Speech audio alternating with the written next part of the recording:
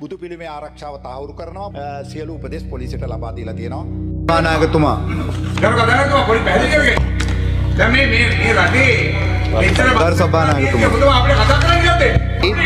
විධිවිධාන ප්‍රකාරව ආචාර ධර්ම සහ වරන් ප්‍රසාද පිළිබඳ කාරක සභාවට යොමු කළ යුතුයි යෝජනා කරනවා.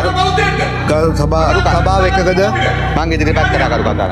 මේ මුතුකුලේ ප්‍රධාන වැඩ කටයුතු අද දින න්‍යාය පත්‍රයේ විෂයාංක 1 විසර්ජන පනත් කෙටුම්පත 2026 කාරක සභාව මේ රටේ මේ බෞද්ධ සිද්ධාර්ථ කොල්කතා දෙනවා කිව්වේ. ඇත්තයි. අතනයි.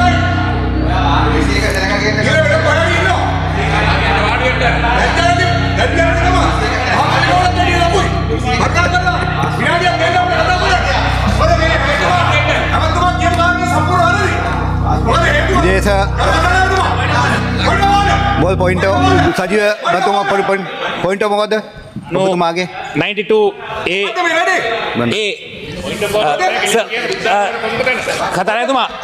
කතානායකතුමා පොඩි නිවැරදි කිරීමක් මගේ ගිය සැරේ මම කතාවේදී මම සඳහන් කරා ඔබතුමාගේ ලේකම් විසින් රිසෙප්ෂනිස්ට් කෙනෙක්ට අදාළ නැහැ ඒ සම්බන්ධයෙන් ඒකේ විදේශ කටයුතු පළවෙනි විදේශ කටයුතු විදේශ රැකියා සහ සංචාරක අමාත්‍යාංශය ශීර්ෂ 112 අධිකරණ සහ ජාතික ඒකබද්ධ අමාත්‍යාංශය ශීර්ෂ 110 228 236 326 සලකා බැලීම පූර්ව භාග 11 සිට අපර භාග 6 දක්වා කපහැරීම යෝජනාව ගරු හෙක්ටප්පාමි මන්ත්‍රීතුමා ගරු හෙක්ටප්පාමි මන්ත්‍රීතුමා ගරු කතානායකතුමා මට කතා කරන්න ඉස්සෙල්ලා මේ අවස්ථාව දෙන්න නැත්නම් මට ප්‍රශ්නයක් ඒක. වාඩි වෙන්න. ඔබතුමා කතාව පැහැදිලිවක් කරන්නේ. මගේ වෙලාව ගන්න එපා. මගේ වෙලාව දෙන්න එපා මට. දැන් ඒ සම්බන්ධයෙන් ගරු කතානායකතුමා මගේ වෙලාව ගරු දාසිරි ජයසේකර මන්ත්‍රීතුමා ඔබතුමා සම්බන්ධයෙන් නීති කටයුතු පොලිසියට ඔබතුමාට මොකද විනාඩියක් දෙන්න.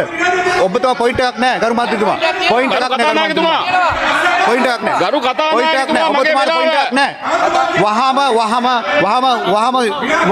වාඩි වෙන්න. ගරු කතානායකතුමා ඔබතුමා මේ කනේ දාගන්න මට කතා කරන්න බෑ මට.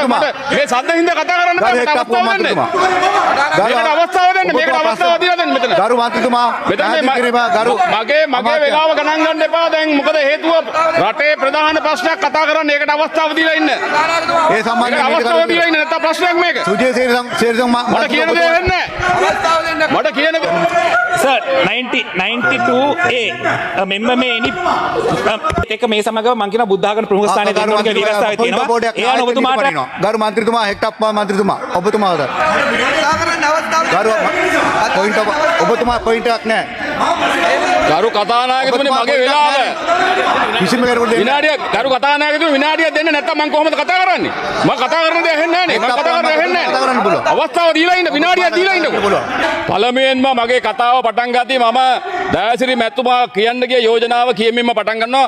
අපි දන්නවා බුදු පිළිම කඩලා පාසුක ප්‍රහාරයට සාධාරණයක් ඉෂ්ට නොකරන ආණ්ඩුවකින් මෙතන සාධාරණයක් බලාපොරොත්තු වෙන්න බෑ කියන එක පළමුවෙන්ම මතක් කරමින් මම ආරම්භ කරනවා.